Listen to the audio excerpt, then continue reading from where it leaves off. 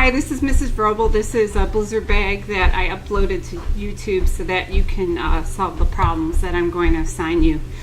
So right now I'm on my standing treadmill desk, and if you hear a little noise in the background, that's because I'm walking as I talk with you.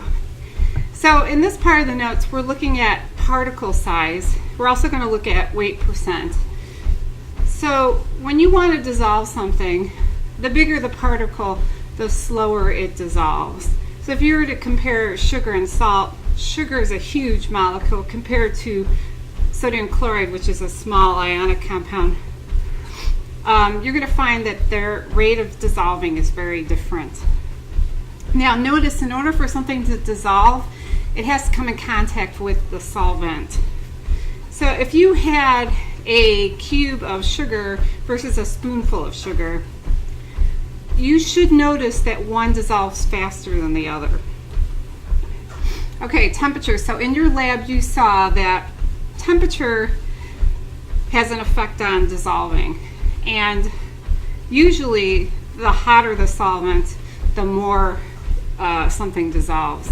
And the reason why is if the solvent is constantly moving, it's coming in contact with that solute, creating that attraction, which helps to dissolve that compound.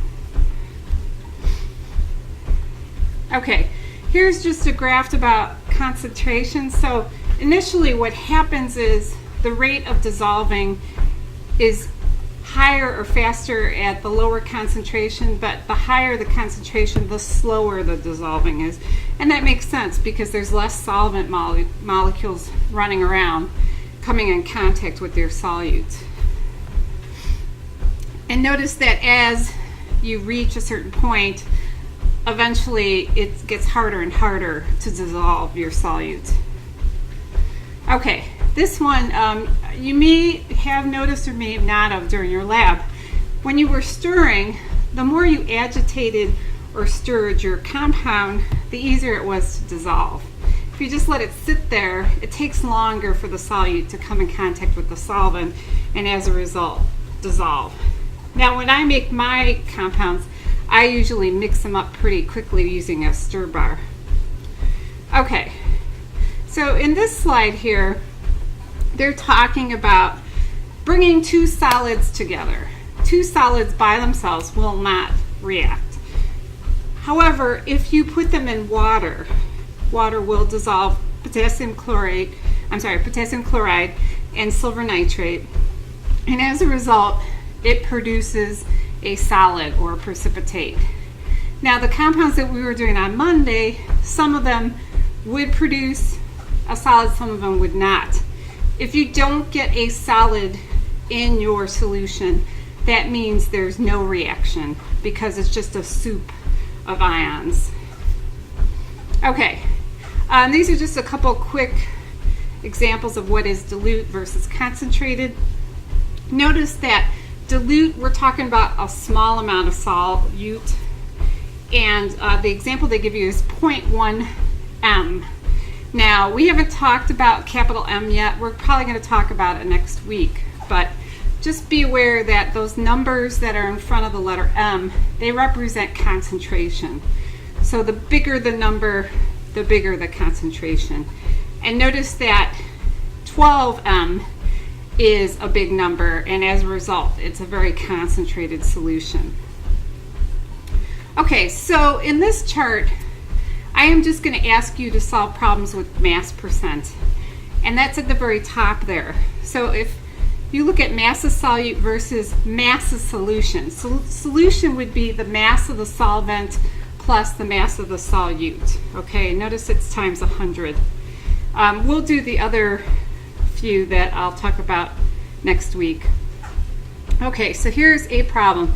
They want the mass percent of sodium chloride, and you're dissolving 50 grams in 150 grams of water. Now, that 150 grams is not the mass of the solution. Okay, you have to add it together. So notice how they added 50 plus 150 to give you 200. And you just create a ratio times 100. So their answer is 25%.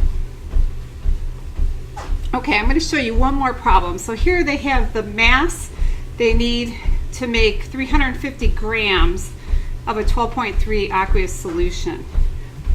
So you're going to take the mass of the solution and you're going to combine it with the percentage to give you the mass of the solute. So instead of having mass percent equals, notice that they rearrange it so that mass of the solute equals mass percent times mass solution. Now it's divided by 100.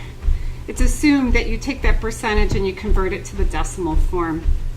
And when you do, you get 43.1 grams of sodium carbonate. Okay, so what I want you to do is, I'll post it. You are supposed to finish the homework problems that I told you we couldn't do. So I believe it's the problems listed after number 1, and I will include that with this video.